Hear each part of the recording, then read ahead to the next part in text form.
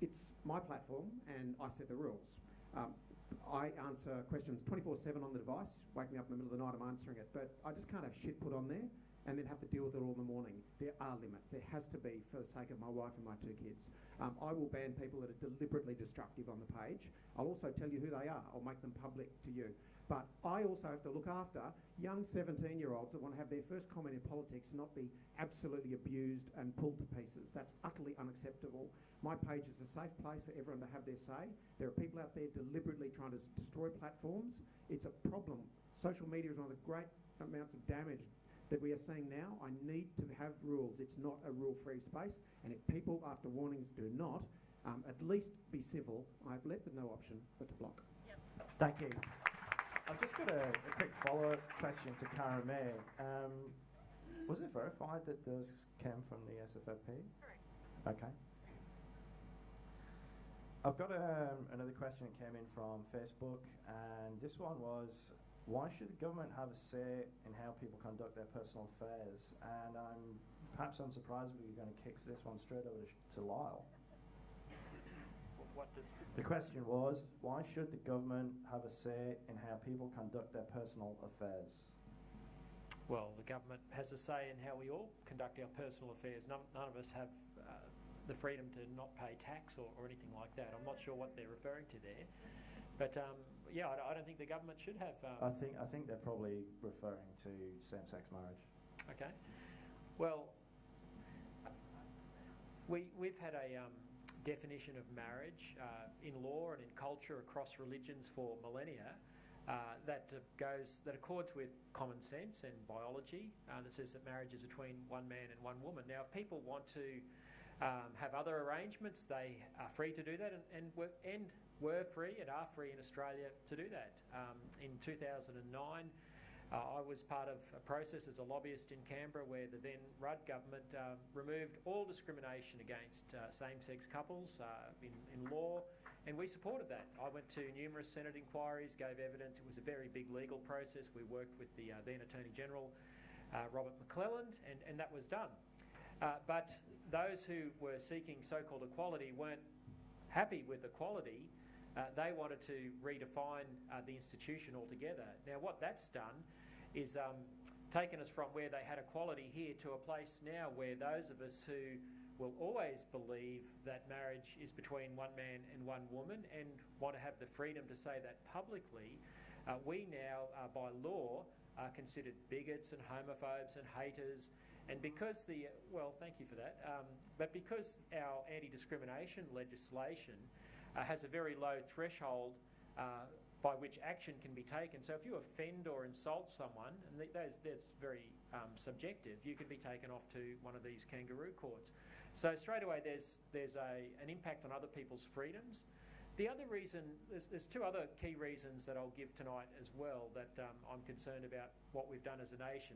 First, and I know it was a democratic process through the plebiscite, I get that, but the activists who were arguing for change said there would be no consequences to anyone else's freedom. Well, there have been. Also, there are consequences for children. Now, 2 blokes can love a baby, of course they can. 2 women can love a baby. No one is doubting their parenting ability. But I believe that every child, wherever possible, should have the access to the love of their mother and father. Now, kids miss out, because of tragedy or desertion, and I don't think anyone thinks that's necessarily ideal. But when you redefine marriage, which is a compound right under United Nations nomenclature to found and form a family, you're saying that it's okay to deliberately deny a child the love of its mother or its father. Now, I think that's unjust. Now we've got pushes by particularly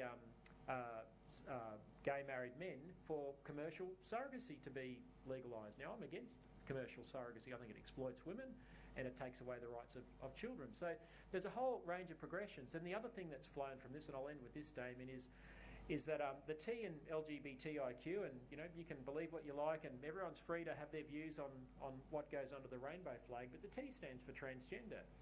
And some people want to pursue that, and that's up to them. I don't think the government should get involved in that. But what's happening now, though, is that the government is now getting involved in ensuring that our children are taught at school that gender is fluid. Now, this is unscientific, but teaching 4-year-olds, as the Safe Schools program does through its Gender Fairy resource, that no one can tell you if you're a boy or a girl, only you can know, and that it's doctors who assign your gender at birth. I kid you not, this is in this resource for 4-year-olds, and there's many other examples I could give you. We've gone down a crazy path. This is all carried under the political agenda of the rainbow flag. Now, it's a democracy. They're free to agitate for what they like. But the plebiscite was carried on the basis of lies, that this was about love between two people, and that, sure, the government shouldn't get involved in that. Well, fair enough. If that's all it was, fine. I probably wouldn't have fought it. But I knew, because I knew the political agenda of these people, that there was much more to it, and we're seeing the consequences of those writ large, and I think there'll come a day when Australians will regret the change that we've made there. Okay, thanks, Lyle. Deb, I just wonder if you'd like to respond to that. Yeah, I just get the government out of it. There's really no reason why the government should be... It's working? Now it's working. There's no reason why the government should be controlling our interpersonal relationships. There's no reason why the government should have an opinion on what marriage is or who can get married. It's completely beside the point. You know, what my wife and I do, whether we decide to go to a church and have a priest say some magic words, or whether we go to the courthouse and have a judge say some other magic words, it doesn't change how we feel about each other. You know, we decide whether we're married or not. It's none of the government's business. We didn't even invite the federal government to our wedding. In terms of all the safe school stuff that Lyle was going out, I think gender theory has been pretty solidly bedded down in science since about the 70s. You are conflating biological sex with psychological gender, which, you know, is a pretty common mistake. So, yeah, there's really no basis for the government to be involved in our personal lives, and that's, yeah, I could go on for hours about it, but that's as simple as it gets. There's no basis for Please it. don't, because I'm just interested in Darren's comment on that. My point on that is coming from the children's side. So from my point of view, we've had quite a robust debate within our party over this. Of the 30,000 children, in 2017, take statistics, 30,000 children were available for adoption in Australia. 315 children were actually adopted. Our kids need families. It was interesting. I started a contact centre. I look after, I supervise parents in family law. And when we very first started, and actually my mother works for me, and there were 2 mothers that came along with, they were having a family law dispute. And we couldn't understand what was going on. Obviously, we had the birth mother and the biological mother. So I met both these women, and you know what? They both loved that child to death. And it was a parenting dispute, but they both loved that child. And I can guarantee when they sort out their dispute, whether they're separated or they get back together, that child's going to be raised in a loving environment. Thank you. Okay, before we move on to the next question, I've just got a bit of an emergency announcement. The bar's closing in 6 minutes, so if you want a drink, you better get out there. Oh, fantastic. Well done, that man. Round of applause for the bar.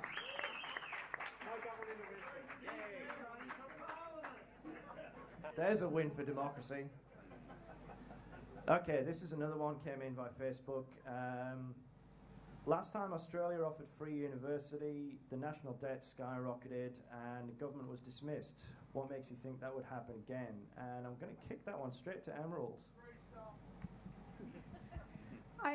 I guess that I might sort of take this as a how are you going to pay for it question, which is obviously the question that the Greens get asked a lot, and I understand that because it is, I mean, a lot of things we talk about sounds great, but how are you going to pay for it? And the first thing that I would say is that all of our policies are independently costed by the Parliamentary Budget Office. And the other thing is that right now we have 1/3 of Australia's biggest corporations not paying any tax. And if we closed those tax loopholes that allow them to just simply not pay their fair share and made sure that they were contributing to our society instead of just taking from it by paying their fair share, it's estimated that we could raise around $98.5 billion that could be spent on things like free uni and TAFE, and I mean, obviously, a whole suite of other things. It would more than cover that. So I really don't think that we would have any problem paying for the services that you and I need if those enormous multinational corporations simply paid their fair share. Thank you. I'm interested in what Brandon thinks about that. Brandon's a lawyer. I'm just curious what your opinion is on that question. In regards to how we pay for these, or I'm just more interested in your opinion on whether you think university studies should be free at all. oh, absolutely, it should be free. Education is the magic bullet. It's what makes society better. It's the only way we can grow as a society. And what annoys me is that a lot of the generation of parliamentarians who are currently residing who are sitting in Canberra, they all benefited from free university. So they've climbed the ladder and then they've kicked it away for the rest of us.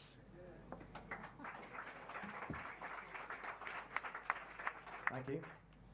Okay, this next question was actually posed for the LDP, but we have a military veteran sitting right here next to me, so I'm going to kick it to him. In the aftermath of the Christchurch massacre, what are your views on unlimited access to firearms?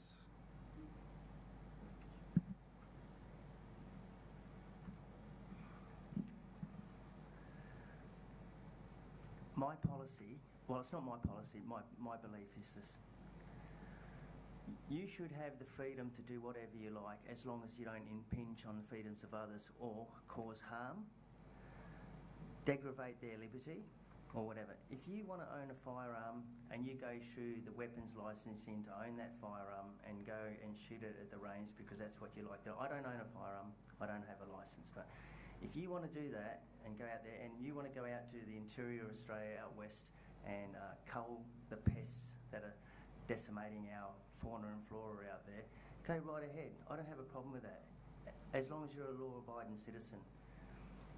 And I can agree that most firearm owners in this state and around the nation are law-abiding people. They go to work, they pay their taxes, and they shoot on the weekend. I like to go and fish. I like to go watch AFL footy. I don't go and shoot, but that's your own personal choice. If you want to go out and plant trees, plant trees. You know what I mean? Where do we draw a line? I don't know.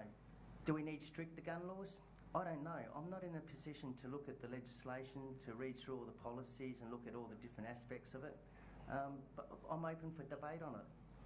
But at this point in time, as me just being a candidate, I just think that wholeheartedly, we all have our own little personal things that we love doing, and it's not, and we don't impinge on other people's freedom.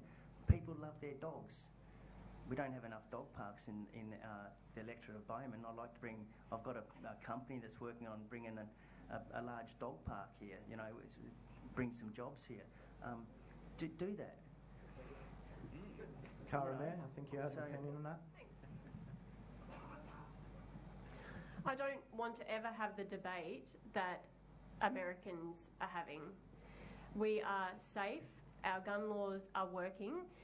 The Shooters, Fishers, Farmers Party put forward a petition to allow shooting in our state forests here in Queensland. I did a counter petition to that, and the Queensland government agreed with me that we do not want shooters within our state forests. Thank you. I actually own a gun and I have a gun license, and people can go to a range, and that sounds great, and I think that's where it should end. I got that from a professional point of view, and that's continued on.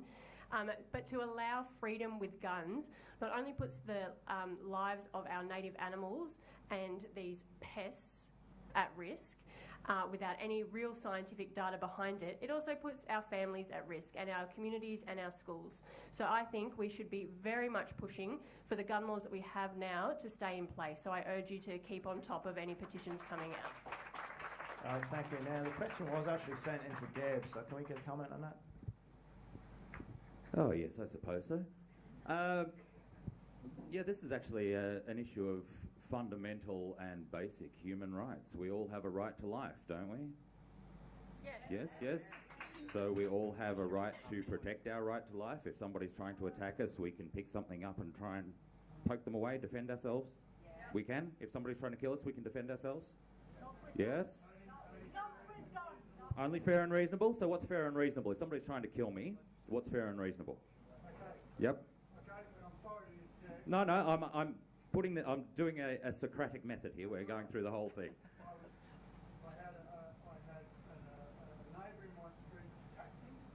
No, I'm asking you what's reasonable. If somebody's trying to kill me, what is reasonable for me to do to stop them doing that? Mm-hmm. I know what the law is. No, I wanted you to tell me what's reasonable. If somebody is trying to kill me, they're coming at me with a big, long, pointy thing and they want to poke it through my heart. What can I do to them? Any action that preserves your life. Any action that preserves that right. Eliminate the threat. Exactly. Eliminate the threat. What's going to eliminate the threat? Okay. I'm 6 feet tall, under the hat, and about 90 kilos, slightly north of average for an Australian male, terrifyingly large for most of the women in this audience. If I'm going to try and kill any of the women in the audience here, how are they going to stop that? How are they going to eliminate the threat? Not with a gun.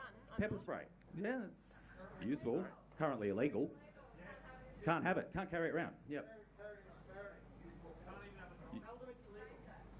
So what are we going to do? Owning a firearm is a basic human right. If you are a person who feels that your life is in danger, and many people's lives are in danger, you know, Eurydice Dixon is not just a name that's plucked out of no one. People do get killed in this country by other people.